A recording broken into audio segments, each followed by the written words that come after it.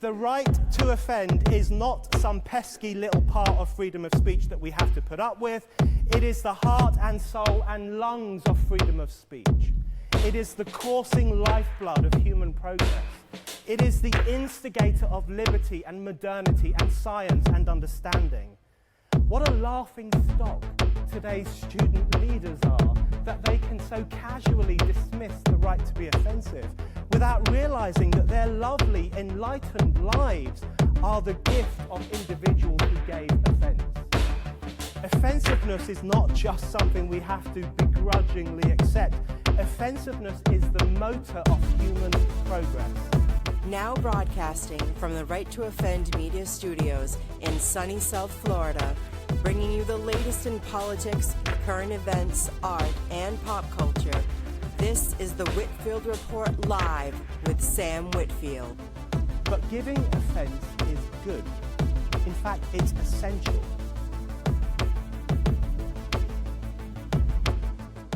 Alrighty, folks, and welcome to another edition of the Whitfield Report, Monday edition.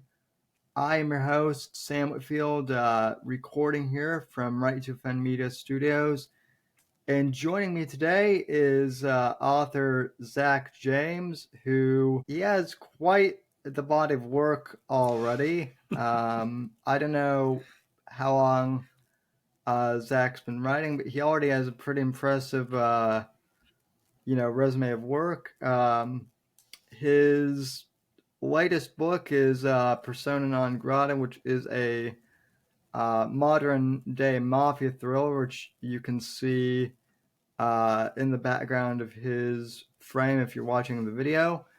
And also, he is the author of the Modern Mercenaries thrillers, which I have to confess, I bought the series for my Kindle, and I was going to start reading it over the weekend. We're recording this on Labor Day weekend, but I'm also finishing up the Tier 1 series right now, so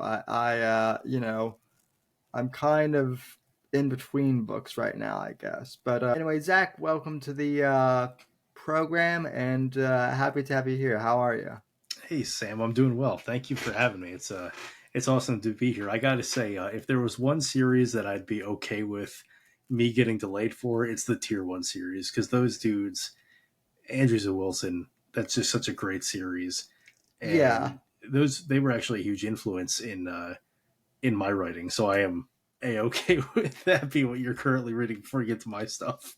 Yeah, you know what's funny is I discovered Andrews and Wilson because my book, The Shadows of Deception Saga, kind of follows the same vein of like a covert task force. And All someone, right. this reminds me a lot of the Tier 1 series, and me having no idea at the time. I was like, what's the Tier 1 series? And then I checked them out, and I listened to a lot of audiobooks, so I was like, oh, this is narrated by Ray Porter, who does the myth, Jet the legend Cars series. So very good, and yeah, I mean, I wouldn't mind someone passing my series up either to read those guys. But well, I still have to read yours too. But now that I know that they're all about that covert task force, that just jumped even higher up, because that's my bread and butter for the stuff I love to read. Yeah, it's kind of my bread and butter too. But I have to confess, as a big time fan of all things mafia and kind of the mob genre, I'm like super psyched that you're actually writing a mafia thriller too. So that's that's exciting. But first off, before we even get into writing, just what's your background in general, and how'd you start off in life, and then how'd you get into writing, basically? Man, my background in general. Get ready for a crazy straw story here. So originally born in Florida, Jacksonville, Florida. But grew up in the Hudson Valley of New York, upstate, as New York Cityers would call it, even though I'm closer to Jersey than most of them are. Bad student, not like bad like I was I was just dumb, and not even dumb because I like just didn't get it. I just didn't care because I wasn't interested Yeah. in in what we were learning, which ended up biting me in the ass later on in some things. Like I am terrible at math and science, but so much so that I actually skipped my chemistry final junior year of high school to go to basic training. And that was like the one thing that interfered with me going to basic training between my junior and senior year of high school. My dad sort of looked at it, looked at me, and looked at the recruiter, and he was like, "You're not going to be a chemist. Go ahead." And I was like, "He said go ahead." So they sent me off. Joined the military pretty early on. Joined when I was 17 years old. Did what's called the split option in the Army, and that's where they let you go to basic training between your junior and senior year of high school. Mhm. So literally, like I said, I skipped one of my finals, went down to Fort Jackson in June of 2011, and was there all the way through September. Literally, I came back like September 2nd, 2011, and my senior year of high school started September 6th, I think. Damn, September 2nd is today. So I came back from basic training 13 years ago today. Wow. I didn't even realize that. Finished up high school, immediately went to Intel school. After that, that's what I did in the Army. I was an all-source Intel analyst. I did that for most of the time, actually all the time I was in, but with a couple different units. So was down in Fort Huachuca, Arizona for a couple months, did that, then came back and jumped right into college. Did college, tried the whole ROTC thing, wanted to become an officer in the Army. That all fell through for a myriad of not so good reasons. Not really on my part, but my stupidity in certain things facilitated people being able to not follow certain processes, to which led to me getting kicked out of ROTC, losing my scholarship, all sorts of stuff. I won't get into that right now just because there's a certain avenue I'm waiting to approach in revealing that whole story. Sure. But that actually was the impetus to me ending up writing Persona Non Grata, because at the time, so this is around early 20, I'd say between January and May of 2015, before I left Valley Forge, because that's where all this happened, was at Valley Forge Military College. I was already into writing at that point, but I started really fleshing out Persona Non Grata because I just needed an outlet, and I knew that if I didn't have an outlet, I was going to do something stupid. Yeah. So fast forward to June, July 2015. I'm waiting to start my bachelor's program, and I get my first big boy job outside the Army in a medical shipping warehouse, and I hated it. I absolutely hated that job. I was the happiest person the day that I got fired from that job, and not for like negligence or anything. I reached the end of my probationary period. They were like, "You're not really hitting what we want you to, so we're going to let you go." It's like, okay. It's funny. It's funny to me because like you're saying that was your first, big boy job, but like I'm sitting here thinking like, man, this guy was already in the Army. He like, to me that would be like a major, like, if you're going into the military. And by the way, thank you for your service. I appreciate that. Appreciate it. But yeah, if you're going into the military at like 17, like you've got your shit together more than most other, 17. In some ways, yes. In a lot of other ways, I definitely didn't. Well, yeah. I mean, that's just that's life, I guess. Yeah, so. yeah, I guess. I've always been an old soul in a lot of ways, but then also like a couple Me years too. behind other peer groups in other ways. Then after that, I was an overnight janitor to Planet Fitness for a while. And while this is all going on, I was still in the National Guards and doing my monthly drills, 2 weeks annual training, all that. I was with the 42nd Infantry Division up in Troy, New York at that point. Worked as an overnight janitor at Planet Fitness for a couple months, then I jumped into working hospital security. All the while, I was working on my Bachelor's of Science in Strategic Studies and Defense Analysis from Norwich University. Finished school for that in September 2017, and then I left at this point, I had re-enlisted from the National Guard into the Reserves. I was with the 404th Civil Affairs Battalion. And we got orders to go to the Horn of Africa, specifically Camp Lemonnier, Djibouti, where we deployed for 10 months from January to October of 2018. And that was kind of my jumping off point of like, okay, I've done the sort of regular day-to-day job thing, got the education out of the way. Do I really want to go back to the hospital and go back to fighting crazy people and doing patient value false envelopes and all that? And I was like, I really don't. And that's what got me Yeah. into jumping into contracting. So we got back from Africa in October of 2018, and in January 2019, I was on my way to Afghanistan on my first contract. And I've been doing contracting ever since. So it's been about 5 years since I got into contracting, almost 6 now. And I've been to a couple places, done some interesting work with some interesting people. I did Afghanistan for a while. I got a chance to work down in Guantanamo Bay, Cuba, which is not nearly as nefarious or exciting as the media would make it out to be, especially nowadays. It never is. The media overblows everything, but that, no, perish the thought. Yeah, that's well, I know you've seen some of my clips, so my podcast, so you probably know which way I lean politically. Yeah. I don't exactly hide that too much, with which a lot of my other friends, they always tell me, like, don't advertise your politics too much, otherwise it might scare away readers. And I'm kind of like, well, if Stephen King can go off on Twitter rants that don't make any sense and still sell millions of books, then and of course he's Stephen King, so he has. Yeah, but he's also Stephen King, so I mean, come on. Yeah. It's like, all right, dude. He's like, why are my books getting removed? It's like, why your books are getting removed. So, yeah, and I think it also falls on the reader, the consumer, to have the wherewithal to be able to separate the art from the artist as well. Sure. I have plenty of authors that I like that are on the opposite side of the aisle from where I lean, but it is what it is. Still like what they put out. The only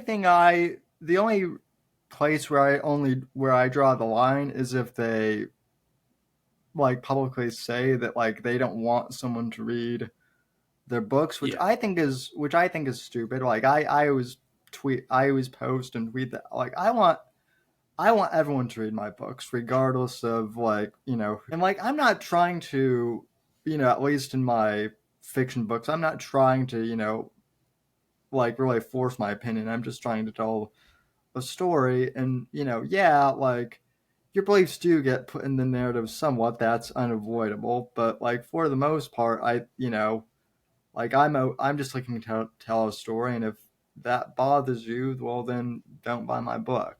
Yeah, I'm of the same mindset of you. I very much work to keep my work politically agnostic, because I don't see, and it annoys me even when there are authors who are of similar mindsets that you and I, when they use their books as almost like a soapbox to preach their beliefs and how they think that the world should be.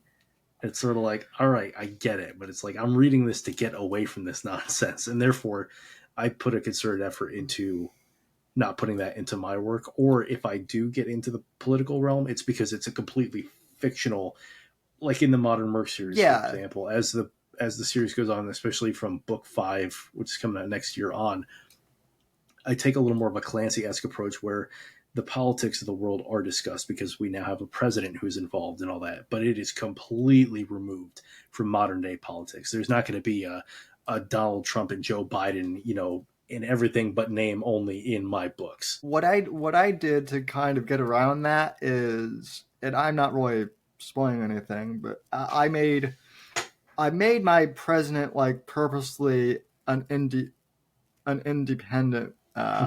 He, in my That's kind of what I did too. He also happens to be a tech billionaire, kind of like Elon Musk. So I took the concept of, like, what if Elon Musk were like an actual native-born American that could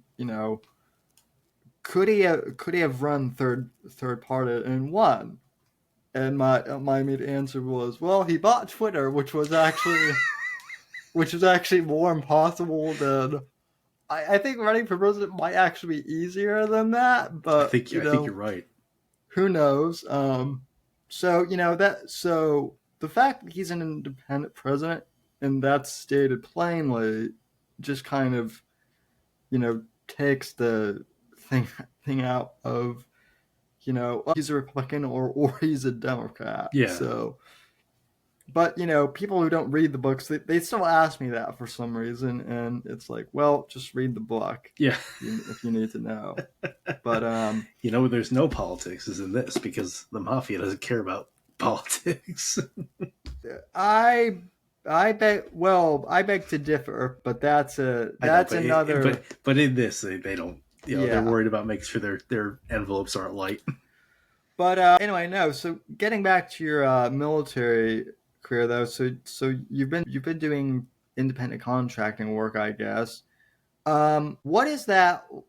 Because there are a lot of I would imagine misconceptions. what is the reality of that like versus fantasy? Because whenever you hear of independent contractors, you just automatically think of mercs doing shady shit in foreign countries and all that stuff. So for the modern American contractor nowadays, it is not like that at all. We're not even 1099 contractors most of the time anymore. We are actual employees of whatever entity, usually like a company of some sort. We're actual employees. So we get healthcare, we get dental, we get retirement and stuff like that. Now, of course, the quality is going to depend on your on who you're working for. Yeah. But then they basically provide people like me to fill seats that either the military or the government cannot fill or are paying a lot of money to fill. And then I come in, and as contractors, we are meant to bring forth a subject matter expertise on whatever our individual field is. So like for me, it's intelligence, international relations, strategic planning, whatever. I've worked a myriad of jobs at this point. But it's all fallen under the umbrella of intelligence. And so I'm there to bring forth a level of subject matter expertise that the government or the military may not possess, and it's meant to supplement and enhance their organic capabilities. And that's across the board. So if you are a helicopter mechanic who is a contractor, you are still working as a helicopter mechanic, but you're bringing forward that expertise, those years of experience to do your job and help the military, the government, whomever is your client in doing that. Same with intelligence, even same with security contractors. Now, there are some areas where you get a little more shady, and that's where you get into like the OGA, or other government agency contracting, or there's some folks who still do straight up mercenary work. A really good example of that is Dr. Dale Comstock, former Special Forces Delta guy from the Army, actually was a straight up mercenary and led a mercenary force for a foreign government. He's got a great story, a lot of podcasts. He's got a pretty cool book out too. Yeah. Definitely recommend. So those are very few and far between because there are a lot of international sanctions nowadays and regulations that basically being an actual mercenary, like during the Cold War, of, I'm going to pack up a duffel bag full of ammo, uniforms, and a rifle and go to Rhodesia to help fight, for the Rhodesian military. Right. Even though Rhodesia technically didn't have mercenaries, but they did. But again, gray zone. Those days are pretty much long gone. There's so many regulations nowadays that it's an unfortunate pipe dream to ever be able to be like, I'm just going to go and fight in South Africa and be paid by the South African government in golden land, to do what they need me to do. Yeah. Yeah. I mean, and I mean, I have to imagine too that with like changes in technology, and drones and whatnot, there aren't, as many like boots on the ground in the private sector at least. Or... The private sector evolves with technology and capabilities. So, with the rise of FPV drones, you're going to have FPV drone operators who are going to be hired on as independent contractors, or like we're seeing in Ukraine right now, they can go and join the Ukraine Foreign Legion, which is technically a paramilitary outfit, not a mercenary outfit. Again, it falls into that weird gray zone of like legalese definitions and all that to make it kosher. So then with your private contracting work, is that what inspired you to do your military series? Or I find it fascinating because you said you've been writing persona non grata for a number of years. Mm-hmm. And so I'm wondering, as a fellow author, release that one first if you've been working on it for The short answer is that it never felt ready in all the other times and all the other iterations that I completed it, of like first Sure. draft done, second draft done, blah blah blah blah blah. And in 2020, late 2022, early 2023, when I finally started doing the last draft, what I knew was going to be the final rewrite of because it's been in the works for 12 years at this point. Yeah. Or damn near 12 years. It'll be 12 years when it releases in November. And to answer your initial question from way back at the beginning of the show, I've been writing creatively since middle school. Same. But I really got into the flow of it late high school, early college, and then I released my first book, Deception, in 2021. So it's been a couple decades at this point of like getting into it.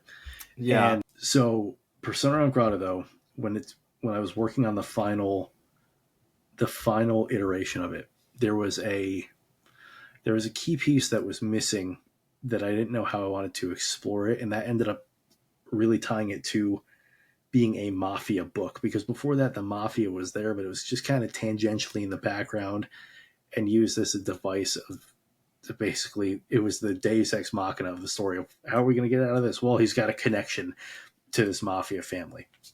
So I wanted to expand on that, and I added a whole C storyline that tied the book together in a way that I wasn't expecting.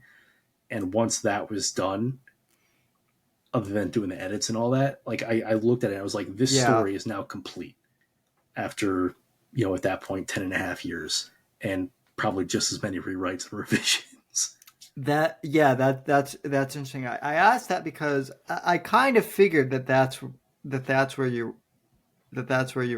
were going, because I mean, I've been in similar situations, but a lot of people who are just readers, they might think, well, if you've been working on this book for 12 years, why are you not, why did you release like 4 other books, that are new but have this sitting in the background? And I think that's a perfect answer, though, because I mean, I have projects that like I had been writing since middle school and high school that like I hadn't released until like last year. Yeah. So and sometimes it's just not ready yet. That's what it comes down to.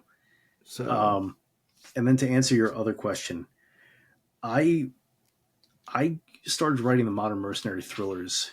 I didn't even know that's what they were going to turn into. Deception originally was like a 20-page comedic short story written by me and 2 of my buddies in my senior year of high school.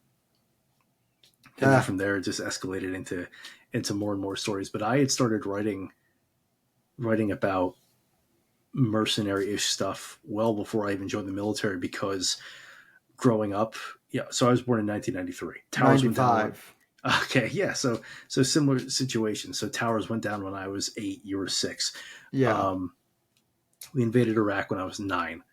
And so I was, in my formative years, I idolized my father and him being in the military and all my other relatives and ancestors who had been in the military service before. But then to see the rise of Blackwater and these dudes who were all kitted out and they're wearing khakis and polos under this gear that looks 100 times better than what the military has, doing work that the military wasn't doing.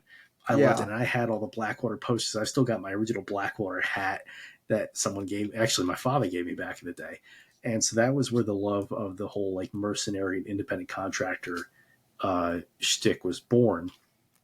And that's only expanded after I've grown up, got into working in the space myself, started learning about things like Rhodesia, mercenaries in Angola, Cuba, things like that. Yeah, so to give a long answer to a short question, no.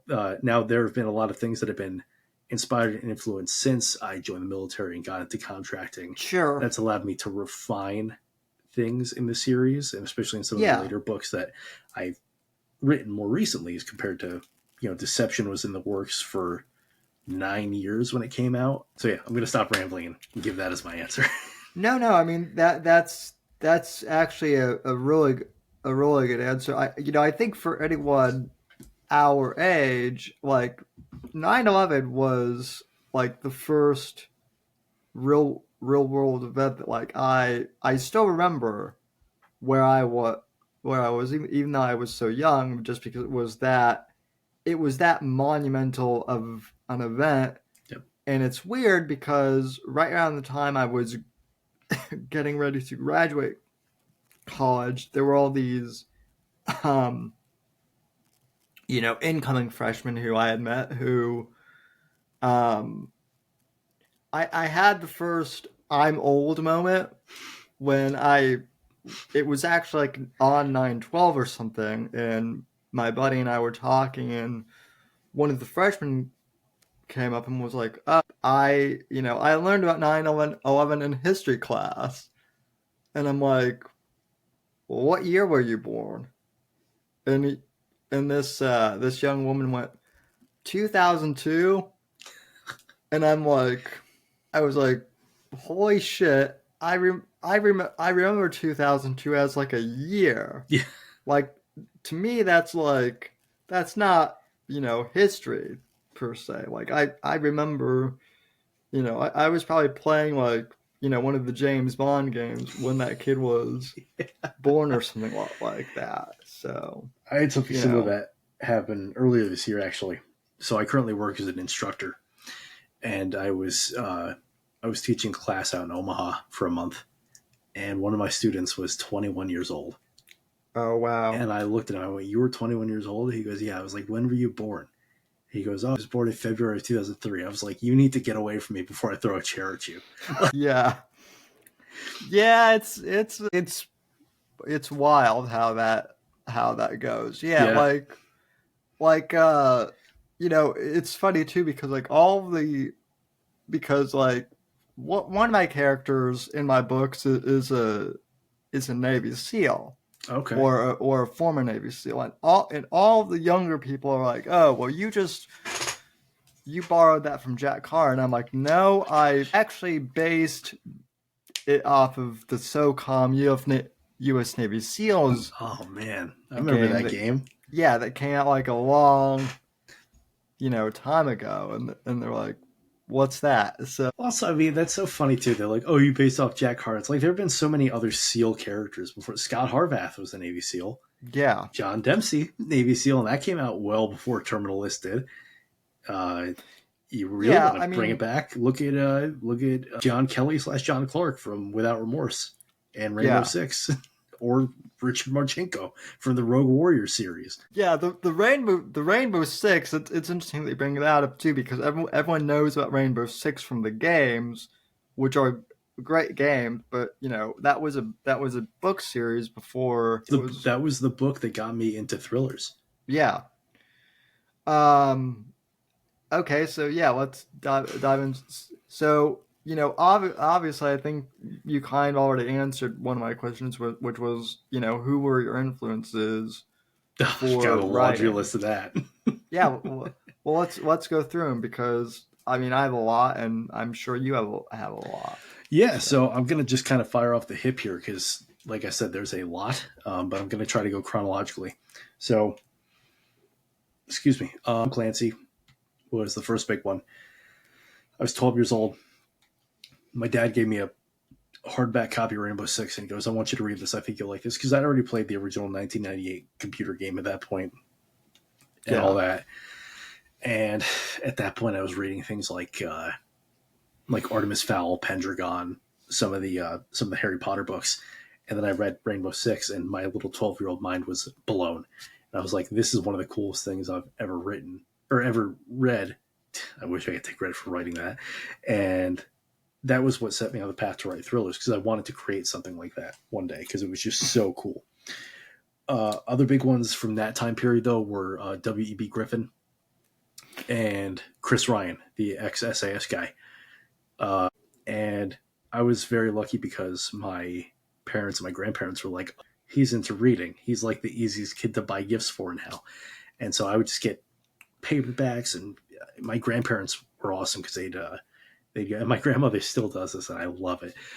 Where she'll go to like used bookstores and buy just like a bag of books for like $5 and would be like, here you Yeah. go. And I'd be like, great. Like I have a library that I need to like figure out what to do with eventually. It's all boxed up at my parents' house right now. Later influences, a big one in the mid 2010s as I started getting more into writing was Dalton Fury, aka Major Thomas Greer, who has unfortunately since passed away. He passed away in late 2017. I'm sorry, late 2016. His last book came out in 2017.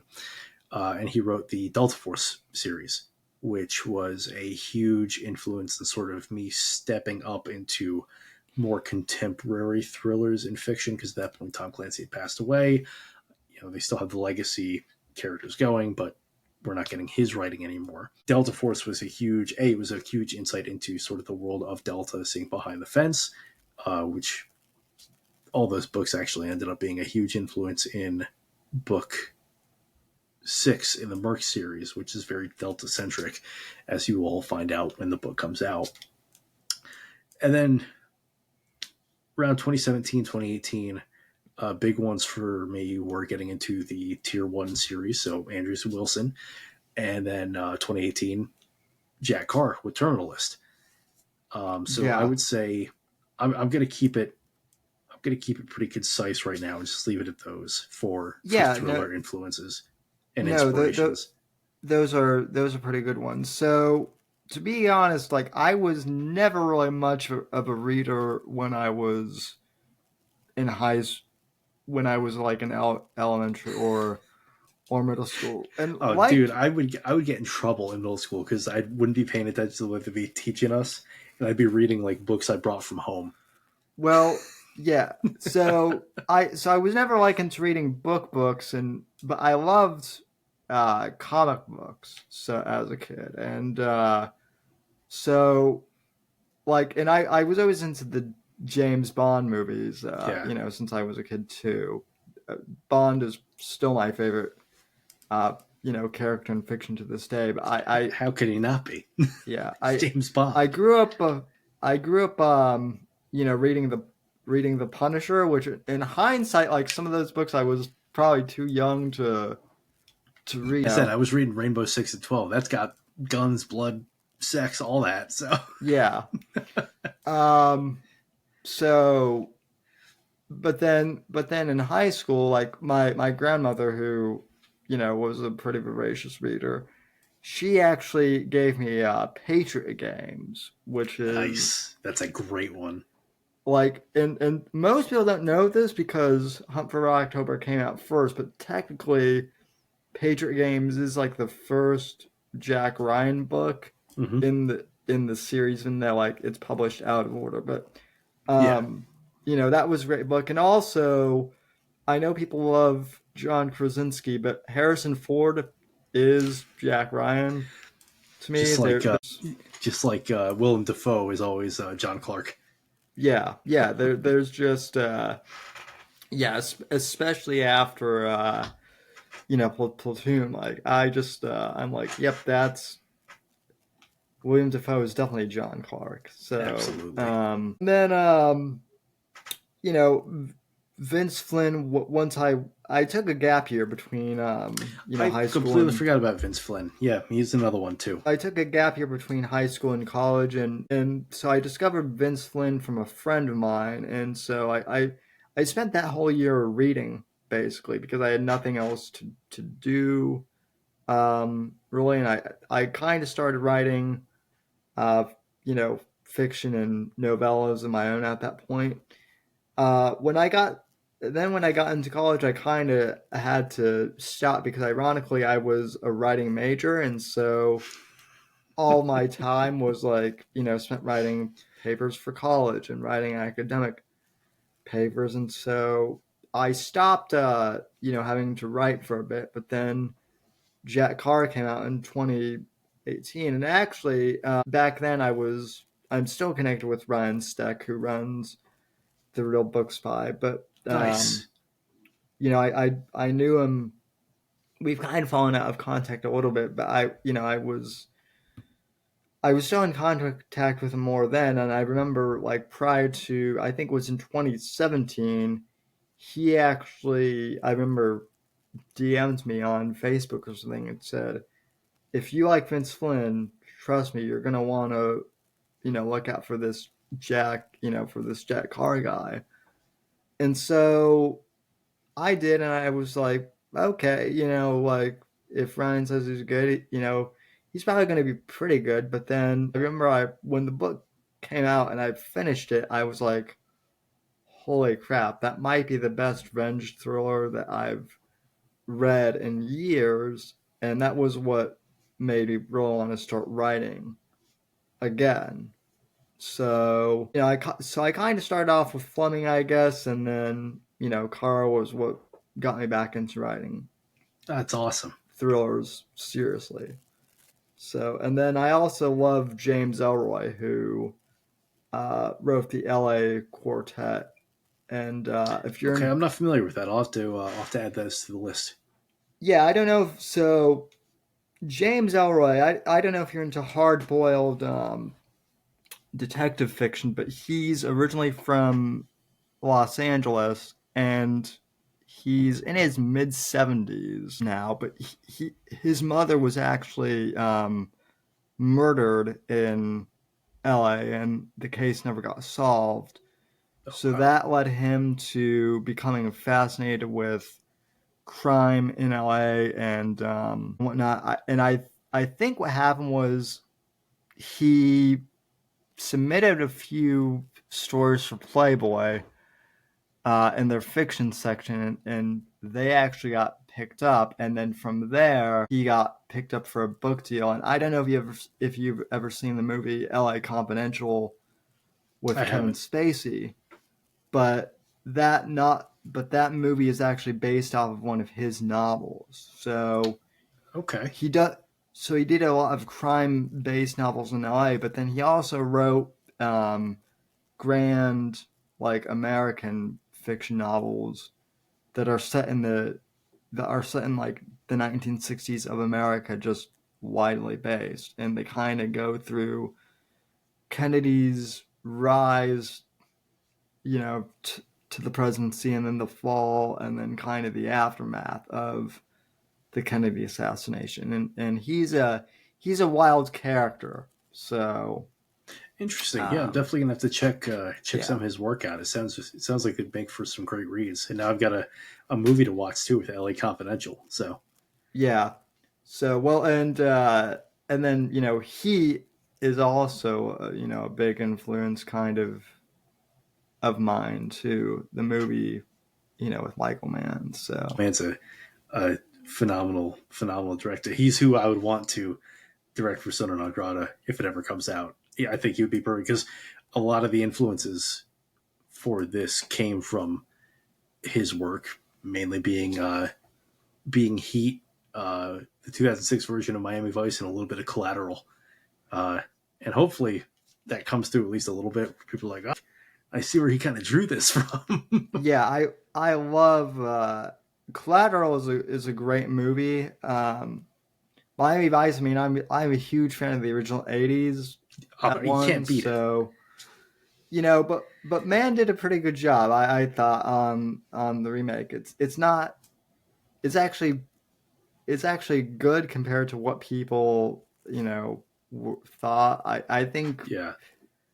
It's a the good only movie. Like, I defy anyone yeah. to tell me that it's a bad movie.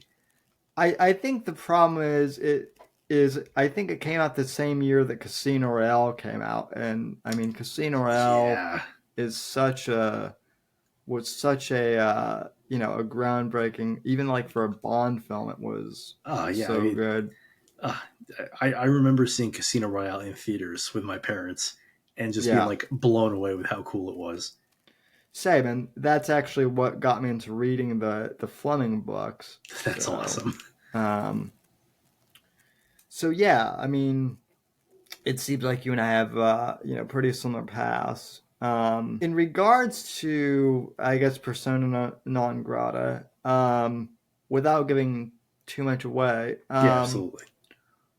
what is it that eventually? I know you mentioned a little bit like how one of your characters has ties to the mob, but what is it that I guess drew you to that element of organized crime, especially considering that like mafia fiction hasn't really in recent years. I mean, there's The Godfather, which of course is a masterpiece, but like in more recent years, there hasn't been a lot of good mob fiction out there. So what drew you to that genre? What drew me to that genre is, so at its core, Persona non grata is a revenge story. Now, there's a whole lot of little vignettes of different things, but overall, it's a revenge story, and it's a story of revenge because of lost love. And what drew me to the mafia stuff is, who's better at doing revenge and avenging things than the mafia? And it was born from a love of watching Casino and Goodfellas and some things with The Sopranos over the years with my parents growing up, and also being of Italian descent and from New York, and especially in that Hudson Valley, just outside of Manhattan. So the mystique is still kind of there, even though they're not really as prevalent as they are or as they were back in the day. And so I grew up sort of surrounded by that. No one in my family was a wise guy or anything like that, but I always thought it was cool, and having the Italian background and all that. You always wish say, yeah, I wish my last name ended with a vowel, like little Joey Pinocchio, whatever the hell. And so it just sort of made sense to have that be kind of the backdrop. But again, up until this final rewrite, the mafia was just sort of like tangentially in the background of like, yeah, he's got ties to this mob family, and that's about it. And so when I decided to add that C storyline throughout and expand on it and really make it a more prevalent part of the story, as will become obvious when folks read it, they're doing a ton of research. And I definitely ended up on a couple watch lists because of it. I'm sure in the research that I was doing of like mafia economics, how it works doing the Shylock in business and these super predatory individual loans, and how they maintain regular jobs, which they kind of do, kind of don't, with no work, no show jobs, but they still have a W-2 and dental and retirement and all that. And it kind of just made sense to work it in a way of like, all right, once this guy sort of gets in with them, it allows him to really pursue this ultimate goal of justice, revenge, etc., however people want to interpret it when they read the story. It just kind of clicked in a way that I was like, okay, that makes sense. And that's what lent it to really being mafia heavy. Yeah, it's interesting that you say that, because I mean I'm Italian descent on my mother's side too, so I get that. I get that whole connection, but she's originally from Connecticut, and well, actually, she's too far. She's an Air Force brat, so she was all over. But the family, she was originally from Connecticut, and then the family landed back in Connecticut. But there is a reference to a fictional West Connecticut mafia like family. Nice. But then I also was recently, I actually had him on the podcast recently, a former NYPD, detective, Andrew Nelson.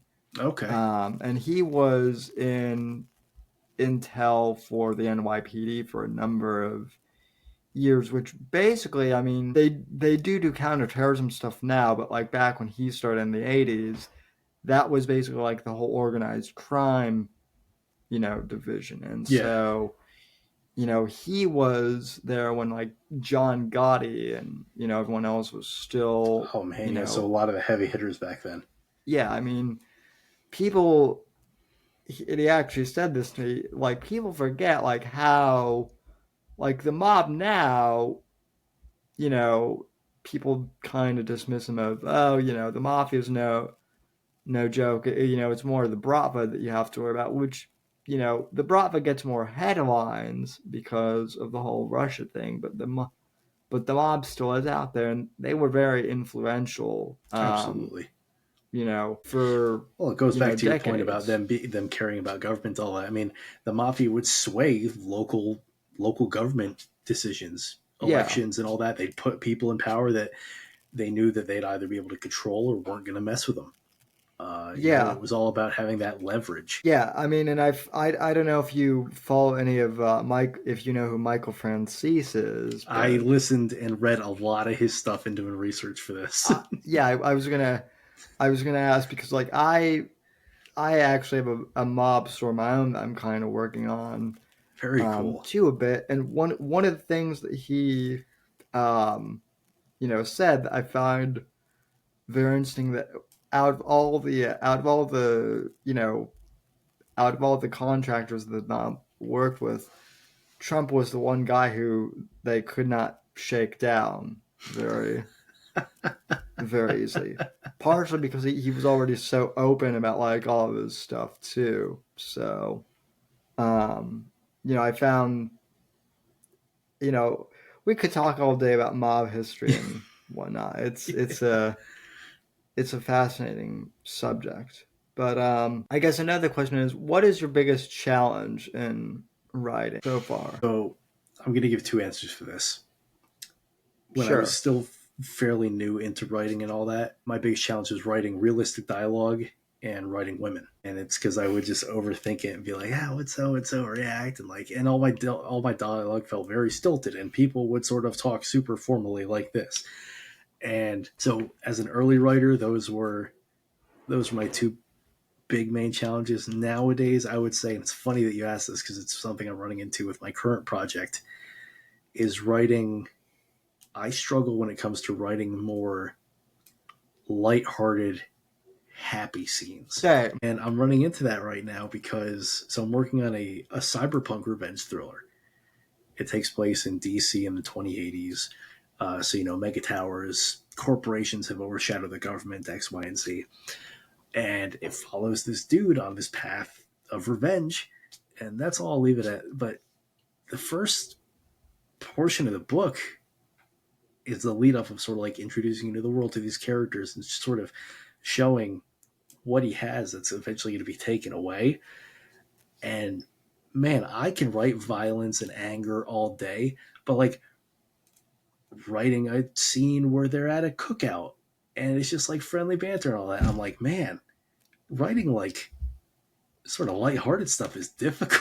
For me, it's not so much difficult in and of itself, but for me, it can be difficult to go from writing like a heavy scene to then transitioning to the hearted stuff. And that's the I've thing is like, noticed. so I've got like the inverse right now because it's almost all. So the opening chapters ish, there's some heavier stuff just to sort of be like, oh, like this is the main character, this is what he's capable of. But then, like when he goes home, he's a doting husband to his expecting wife and things like that. And like he's got this, they've got this great extended family and they've got all these friends over and all that. And so it's like, okay, I've already written one like heavy scene to show, and that was easy. But now it's like, I'm just like, man, I'm looking forward to getting to back when it goes like just off the rails into the heavy stuff, because that's where I thrive. Yeah. And so I'm like, I really just gotta like, and I've even like started like skipping portions, chapters, and like bolding it and highlighting it, be like, revisit this in the rewrite, of like, and hear the main story. Yeah. Because I know once I get to the heavy stuff, it's gonna flow like an open faucet, but I just gotta get there first. Yeah.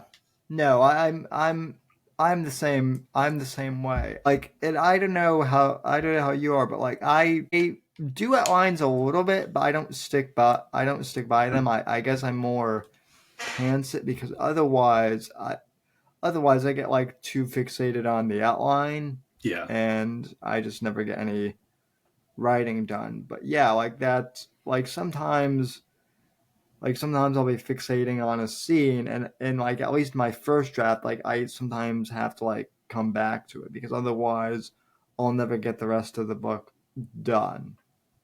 So I've got two chapters so far that I've written maybe like a half page to a page with, and was just like, I'm getting stuck. Like I don't know where I want to go with this and keep it sort of lighthearted and happy. So revisit later, move on, Yeah. So, and then like you have a lot of different subgenres, that you write into. Like they're all thriller, but like me, you have different subgenres. Why do you think that is? Is it you just don't want to get bored, or um, I would chalk for it up me? to Yeah, a combination of an overactive imagination and probably an undiagnosed case of ADHD. fair enough.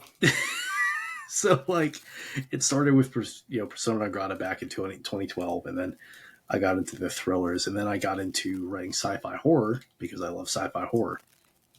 And I remember specifically it was December, might have been like Christmas Eve, but it was in December of 2016 when the first ever trailer for Alien Covenant came out.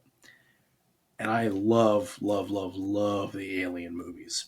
Grew up watching them, had the DVD quadrilogy with all the 60 some hours of extra footage and behind the scenes and all that. I just absolutely love that series. And so I was like, I want to write something like that eventually. And that's what led to Occupant, my first sci-fi horror book, which is now getting a sequel, not sequel, with Containment coming out next year, which I wrote because Oh wow. literally this one came out because I was like, I want to expand on my sci-fi horror series. And at the time I was in Afghanistan, and I'm working with a great crew in Afghanistan, so I'm going to have them be the characters in this book. So yeah, I don't think it's a desire to not be bored, but it's just, I have all these ideas and I think I can make them Yeah. into something good. And therefore I just pursue it. And being an independent author, I'm extremely lucky because I'm able to do just that. And I don't have someone going, well, you should really focus on this because they're thinking of the bottom line of what's going to make the most money. And me personally, yeah, it's nice to get the walking around change from a couple of book sales a month. I don't really give a shit about the money. I want to tell good stories that I think are going to help people escape from the mundane. Yeah, no, that's the same. That's the same thing for me. Like I would love to turn my independent publishing, business into like an actual like full-time thing, but like right now it's nice to just because I mean I have the podcast, but then I also have the books, and right now podcast merch doesn't really sell that well in general. So instead of selling merch, I just kind of tell people, hey, if you want to support the show and you like reading, go and buy the book. If not, go join my Patreon or whatever. And more Nice. often than not, like people go and buy the book, which I'm through, and like for me right now, like I'm currently like writing the fourth novella in the Shadows of Deception saga. But in the meantime, like I'm also like, and when I say writing, I mean planning it out. So like I've got other projects like in the works that that can kind of keep me busy while I'm also like figuring out where to take the saga next. I'm the same way. I always have like 2 or 3 that are like in the pipe simultaneously, and then if I hit writer's block with one, I can just pivot and work on the next one. Yeah, I mean, and that's like that's the other nice thing too, because like part of the thing too is like with the Shadows of Deception, like at least for me, like it is very like Shadows of Deception is very, I don't want to say extremely dependent on current events, but it's dependent on current events enough to where I'm kind of like, okay, well, I know what I want to happen, but depending on how this current event turns out right now, it could affect the way the story goes. And so I kind of want to wait for some things to pan out before take the story in a certain direction. I laugh because I've had real world projects, for my day job that have been affected by current events where they're like, hey, you done with this? Yeah. And I was like, well, I was, but then this war broke out, so now I have to like redo this part. Yeah. What the sad thing is at one point, like I actually had a plot line for one of my main characters actually has to go over to Israel for like a counterterrorism thing, and like I had that like, and I had that plotted out for like I was going to do that 5 years down the line, right? But then October 7th happened, Yep. and I'm like, holy cow! Like I better do this sooner. So but then the flip side of that is like, I actually had people tell me like, don't try and cram this into this book, right now. If you want to include that, do it like in the third or fourth book, which is what I'm doing right now, instead of like book 7 or book 8, which is what I was going to do. So. Okay. That's pretty good. Yeah, I've run into it where I try to avoid doing that now, and I respect you guys who do that, because it takes a lot of effort. It's got to be so much more difficult, sort of keeping up with everything that's going on, and then being able to fictionalize it in a way where it's still tied to current events, but then being your own story. And me, I'm just like, I can't do it, especially because it's what I do for my day job. So I'm like, I'm just going to make it up. So like all the geopolitics and all that in the modern mercs are completely, so there are touches of references to reality here and there, but otherwise I'm like, no, I'm just going to take it out, because like, what was it I was reading last year? I think it was Command Authority by Tom Clancy, which I believe is one of the first ones that was produced after his unfortunate passing.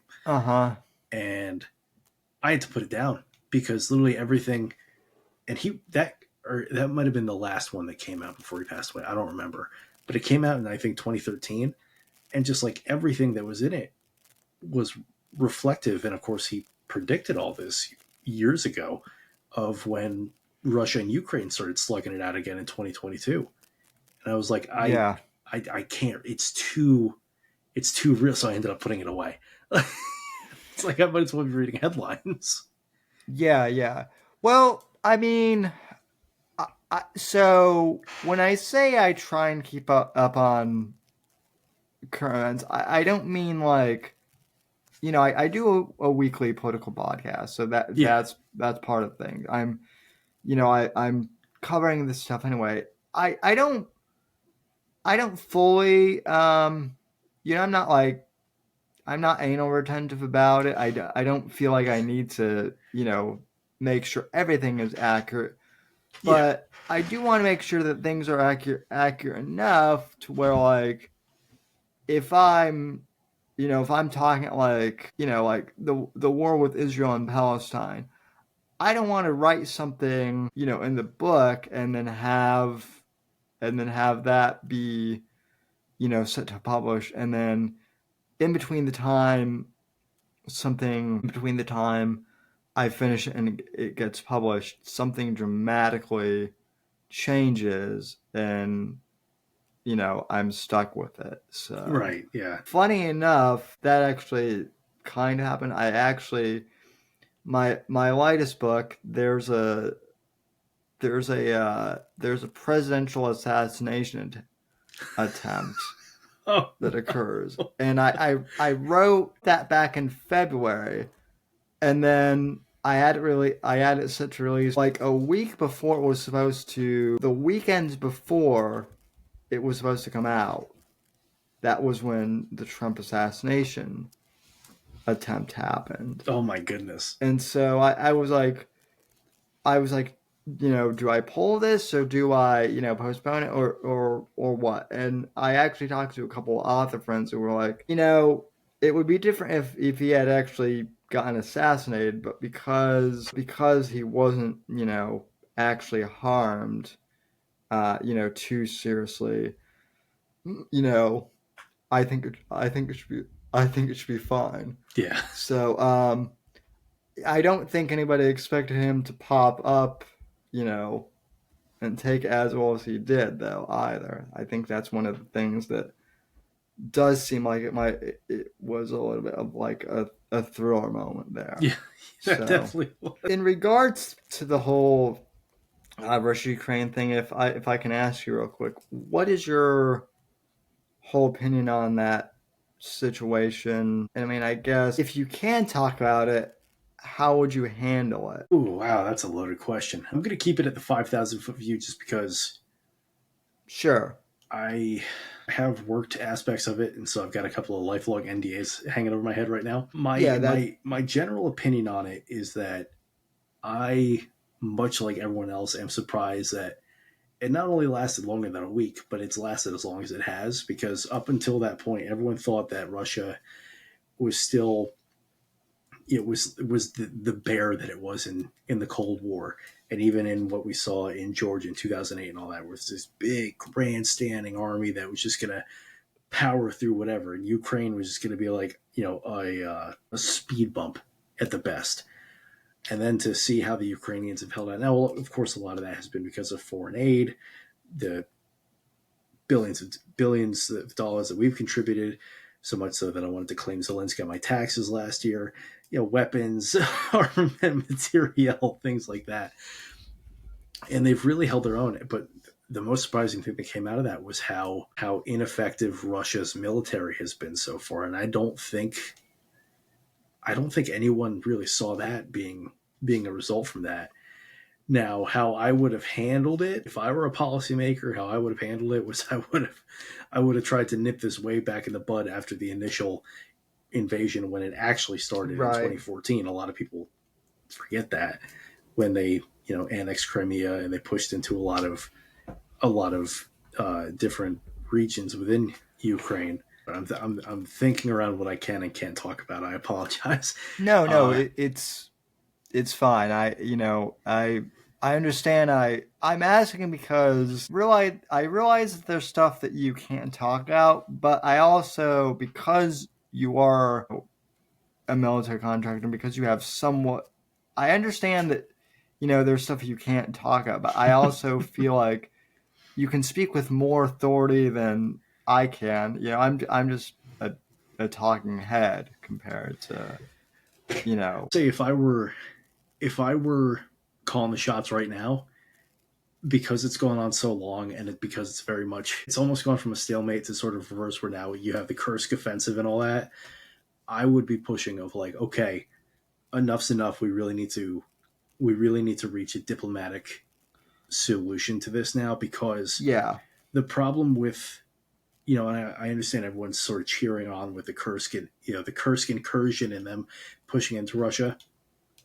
It's actually a big no-no on Ukraine's part, because part of Russian domestic policy, and they've had this since the Cold War, is they will defend the homeland with nuclear weapons as they need to. So technically, if they were to light off a tactical nuke in Kursk right now, we would all decry it, but they'd be kind of within their rights.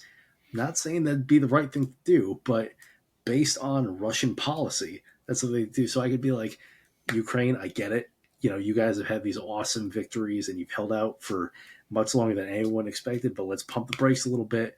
Let's all come to the table and negotiate this before it potentially escalates even more.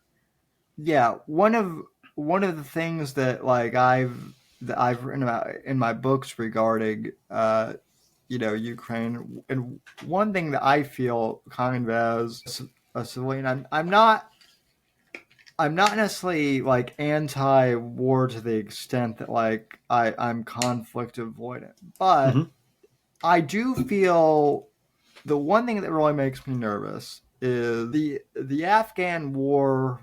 The Afghan plot was disastrous by Absolutely every metric, and it was an objective failure. That's what it comes down to. And so I'm not comfortable, especially with this. That's putting it politely. Yeah.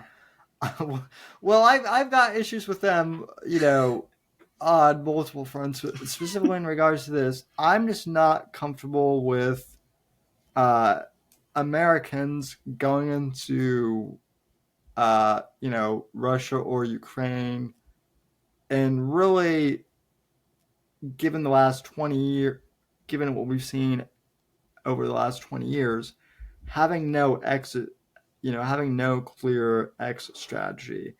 And Russia,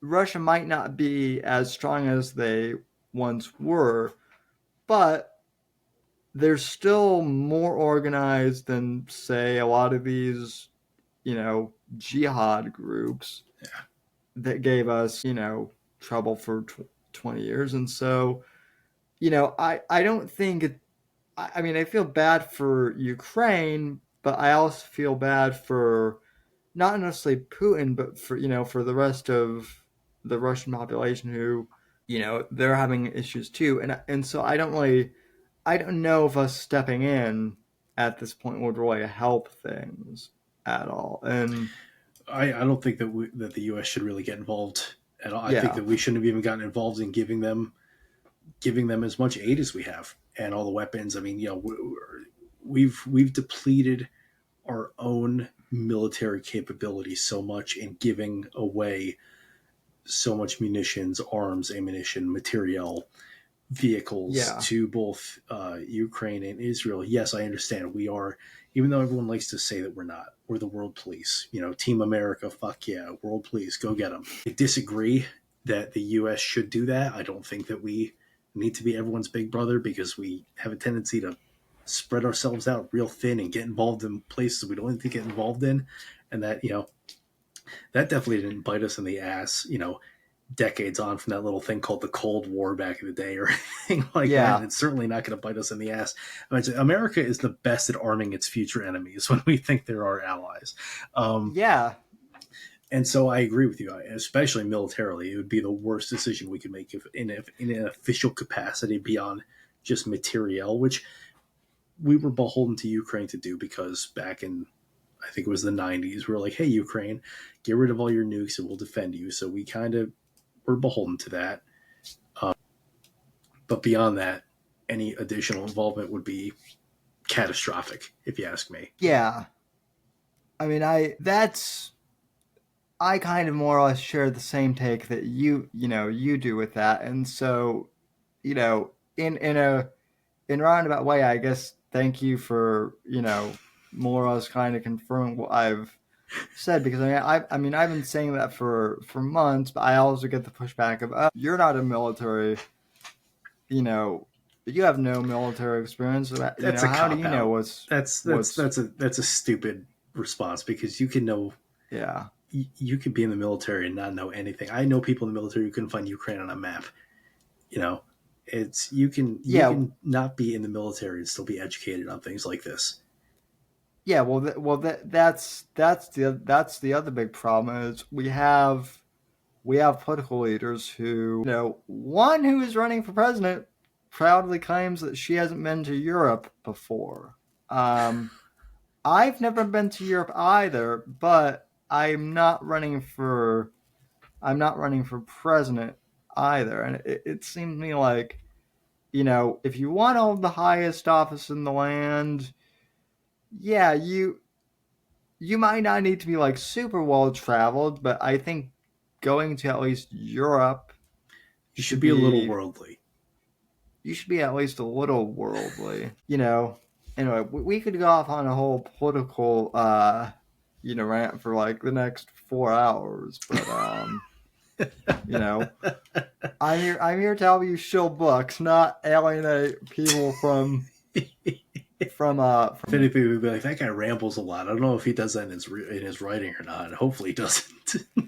No, I'm the same way. The funny thing is I write novellas, so like a lot of my short stories are pretty quick and to the point. They are chronological though, so like you can read them as a novel, I guess. Okay. But podcast is definitely where I tend to ramble on a bit. That's kind of what podcasts are for. So yeah. So and then I always like to ask authors, what would your advice be for authors for people who are just starting out or who need motivation to write? Because that was kind of 2 questions. I'm going to give 2 answers. Sure. One of which can kind of apply to both, and that's the new authors. And for people who want motivation to write, is to just do it. And cue the Shia LaBeouf meme here. Just do it. And you don't have to have a super comprehensive outline, like you were saying before, Sam. You and I have similar writing styles where it's like or like half pantser, half outliners, but you don't have to have a super comprehensive outline. It's okay to come up with new ideas and insert them as you need to, but just get words on the paper. And even if you're like, I don't know where to take this chapter, kind of like what I said before, Yeah. bullet point it out. Okay, revisit it, move on to the next chapter, because you'll either come back and be able to flesh it out, or you might go, all right, maybe this chapter doesn't need to be here. Maybe I can replace it with something else. But just get it done, because your first draft is always going to be a mess. It's just what it's always going to come down to. You're never going to have perfection on your first draft. So just get it done, because that's what rewrites, revisions, and edits are for. It's almost like this process has been around for so long because it works. So just get it done. Get that first draft done. Even if, again, like I said, you've got chapters that are just bullet points of ideas that you didn't know how to expand on at the time. Just do it.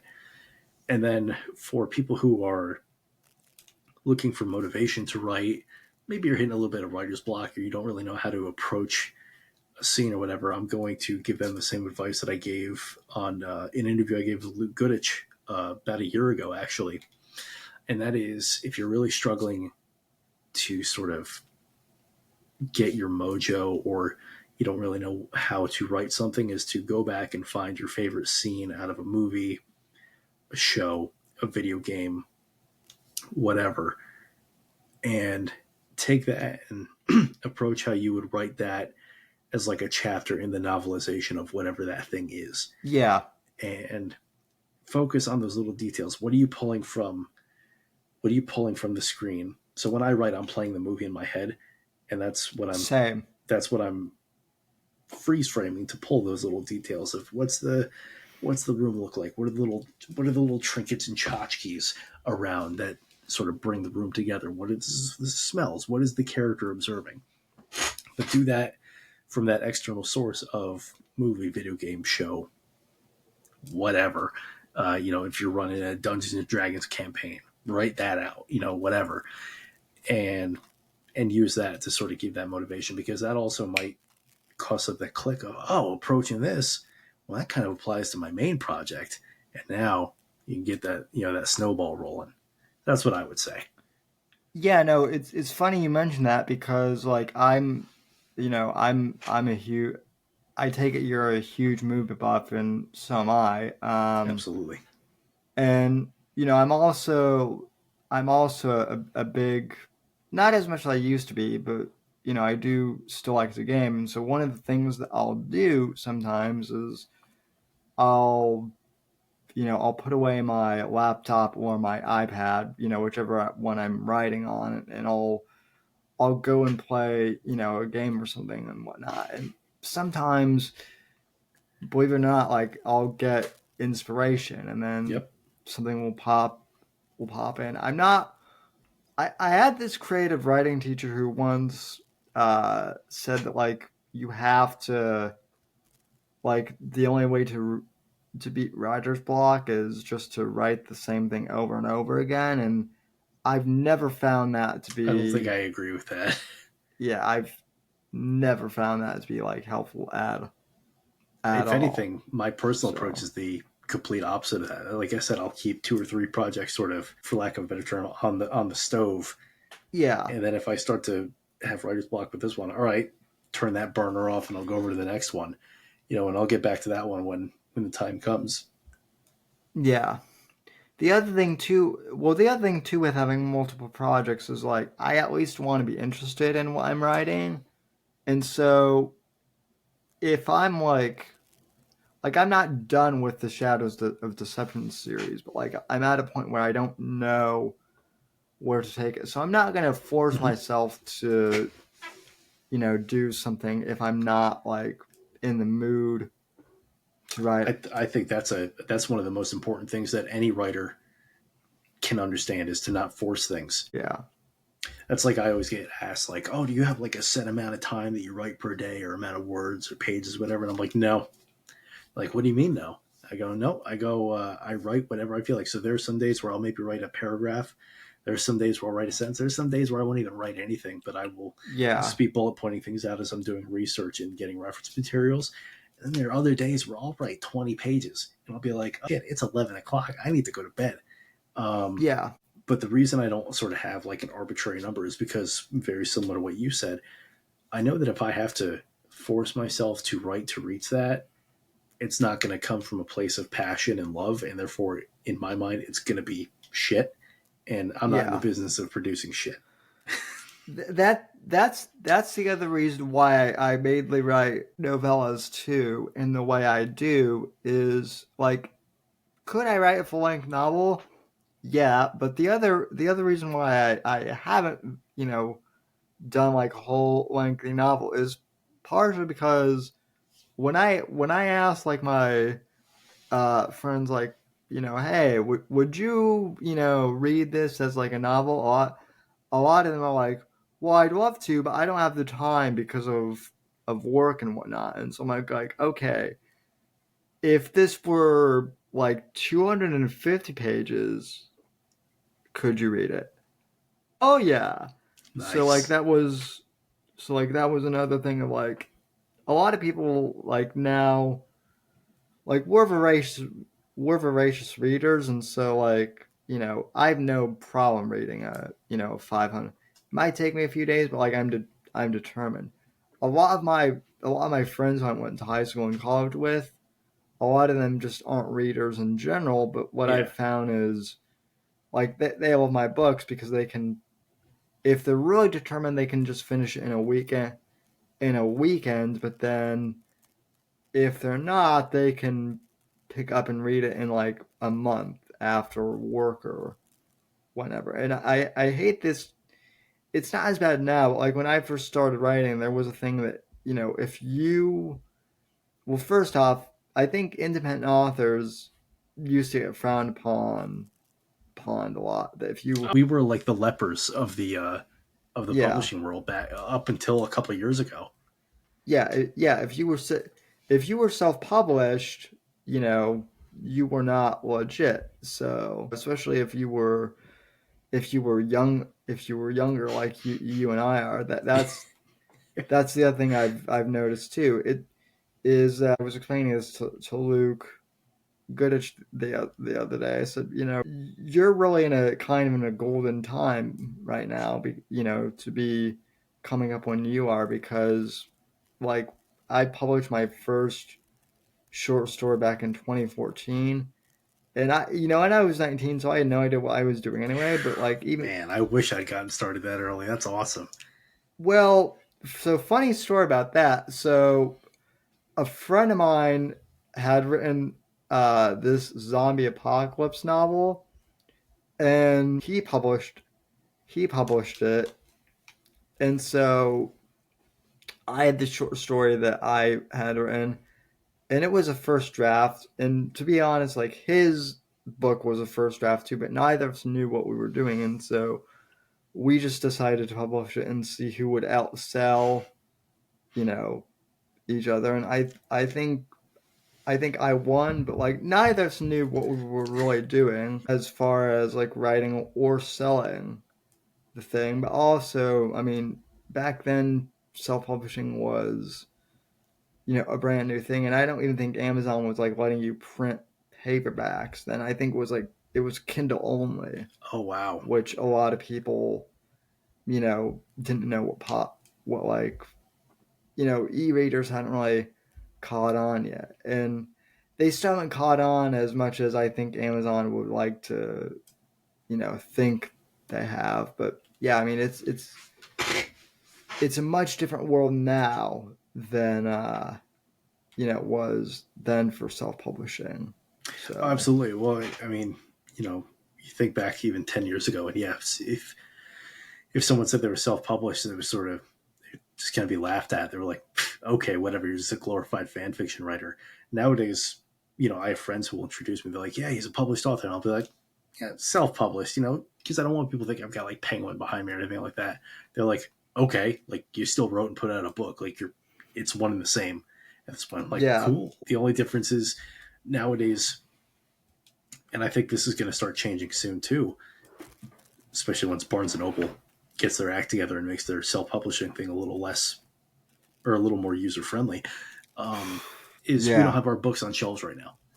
Unless you go through like Ingram Spark or something like that. And even they have their own headache of trying to work the thing. But really, that's the only difference nowadays, because all it means is we're our own distributors. And if we want to get on the New York bestseller list, that means we have to buy the 50,000 copies to then distribute to people. But that's Yeah, and I mean, I don't even really know if that's worth it now, because like everyone I was gonna say, everyone, you can't throw a stone in a Barnes and Noble at hitting a dozen New York Times well, bestsellers. and also like most people our age, I've noticed, the ones who read anyway, that all anyone cares about is Amazon reviews, because that's where people buy books. You know, whether you're going through one of the big publishers or self-published, like everyone I know, like even my relatives who are like in their 80s buy books off of Amazon now if they're buying new books. Absolutely. And so it's not really worth it to try and get it on shelves anymore, unless you're like one of the big names out there. And even then, it all depends on how well it gets distributed. Like T.R. Hendricks, when he put out his second book, The Infiltrator, I went to like 3 Barnes and Nobles around me, and I couldn't find the damn thing, so I had to order it online. Yeah. Yeah. Well, and then the other thing too is like this was a big reason why I self-published too, was I've been podcasting pretty much since the beginning of podcasting was a thing. Nice. So like around 2008. So I was already used to self-promoting, something. So, self-publishing is kind of like that, just with books. But then the other thing too is like authors nowadays, even, if you're with one of the big publishers, they have to do a lot of self-promotion and a lot of stuff on their own. It's not like, unless you're Stephen King, you really have to do your own marketing now. And so to me, I'm always kind of like, what's the point of trying to get a big, publishing contract? Literally, the only thing that I see now is getting that fat advance check. If you can convince them to, if you could sell yourself enough to get a nice big fat one. But other than that, well, I don't know if you know who Eric Bishop is, but he wrote the Bottom Man series, and he's actually a really good friend of mine. And oh, that's awesome. When he's been on my podcast 3 times, and the first time that he came on, he was, I don't know if you know his story, but he used to be traditionally published. Granted, it was with a small publisher, but when I first had him on, he had just released The Bottom Man, and through his publisher, and he was really excited about it. And then the second time I had him on, I think in like so I had him on in 2021 the first time. Second time I had him on was 2023, and he told me that the publisher he was with went out of business, and he got the rights back. But then he reprinted The Bottom Man and was selling it, and it actually wound up selling more copies with him self-publishing it than he did, selling it through the traditionally published route. Okay. And now granted, he's someone who he really knows what he's doing, and he's got pull, so he's fortunate in that regard. But it just goes to show that, like, I guess, he still had to do a lot of work when he was, to promote his book, when he was going through the traditional published route. And so, for him, like, he was already doing a lot of work, and so self-publishing wasn't that much, I guess, extra work for him to do. And so that was really interesting to hear too. So yeah.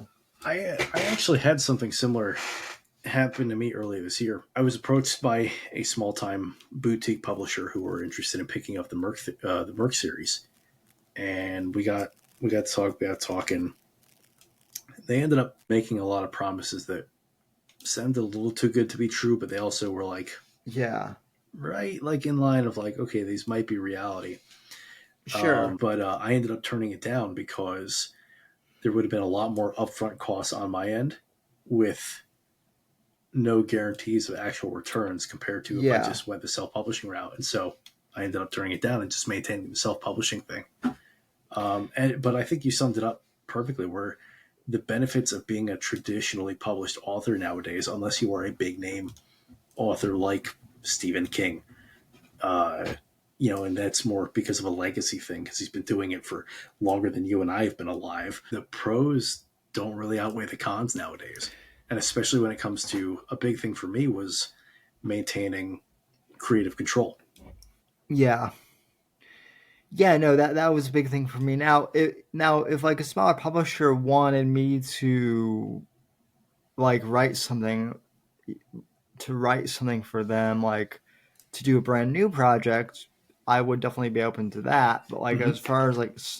as far as giving them the rights to like one of my existing series, I'm not sure I would do that. Same thing with podcasting. A few years ago, I actually got an offer from like a medium sized like podcasting network, and they were basically offering to like buy out my catalog and then have me do shows for them. And I turned them down pretty much for the same reason. It's a little bit different, but I was kind of like, well, A, I'm not sure how, long you guys will exist, but B, like, I already have established my brand, and they wanted to pay me, I won't give the amount away, but it was something like, it wouldn't have been worth it for me to basically sell them what I had already created, and Right. then not have the rights to basically my own name. So, I decided to, stay independent somewhat. But It is kind of fun though when you finally do get to the point where then you can turn something down, because then you get that extra air, be like, I turned something down, so I've obviously done something right. yeah, yeah, and you do the math, and it's like, yeah, like the money might seem good up front, but when you break it down, it's like, over the course of years, it's not that much. Yeah. So yeah, it's pretty interesting how things have evolved. But anyway, well, I don't want to keep you too much because I know it's getting late where you're at and where I'm at too. But I really appreciate you coming on. This was an absolute pleasure. Thank you for having me on, man. I hope we get through this again soon. Yeah, I'd love to have you on, and I'd love to have you on one of the live shows, too, maybe at some point. That'd be awesome. But anyway, where can people find you? Any upcoming projects that you want to announce, anything like that? Yeah, people can find me. So it's at author Zach James. Zach spelled Zach the proper way. I'll stand on that hill.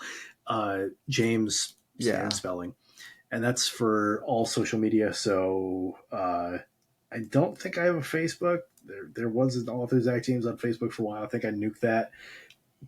Instagram is where I do 90% of the stuff.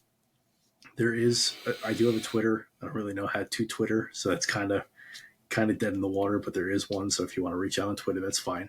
But yeah, I can help you with that if you want. I may take you up on that. But yeah, at author Zach James on Instagram is where you're going to find the most of my stuff. And then Zach James on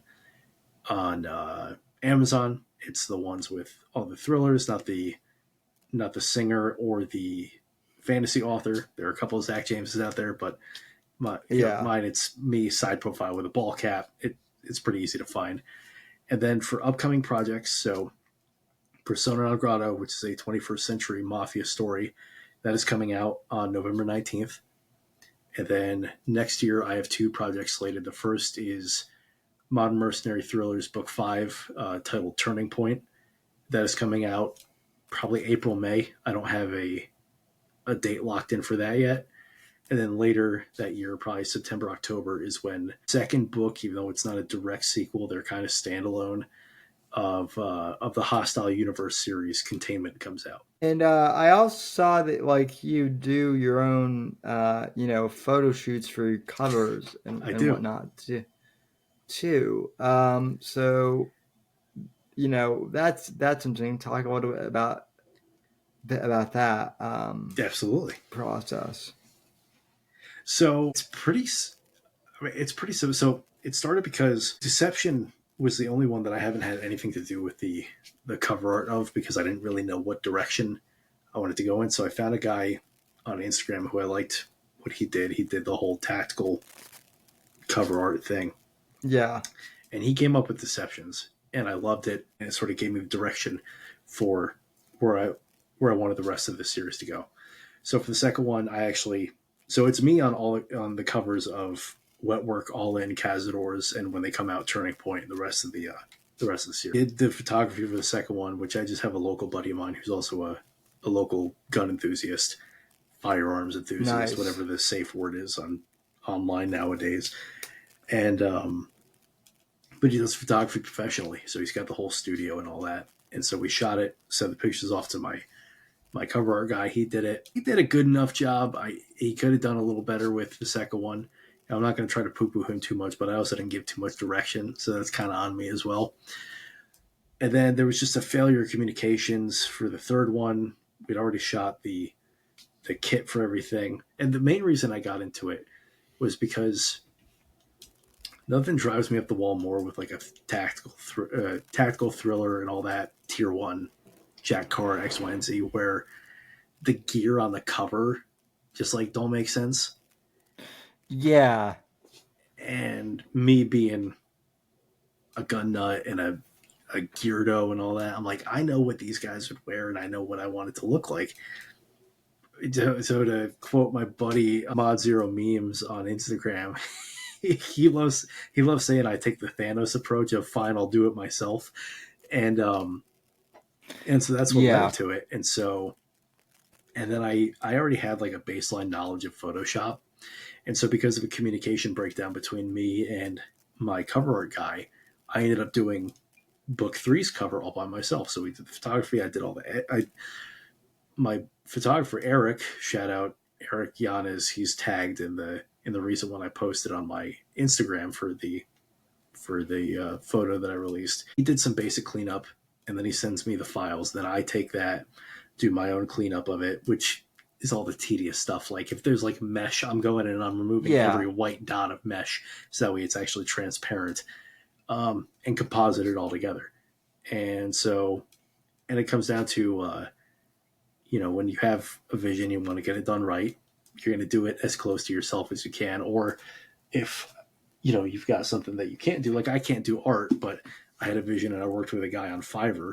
This guy also did Occupants cover art, and it comes out phenomenal every time. I love working with this dude. But yeah, so for the Mercs, like with Turning Point, I knew what I wanted it to look like, so I went and bought all the gear, did the face paint and everything, and we shot it, and it came out even better than I thought it would.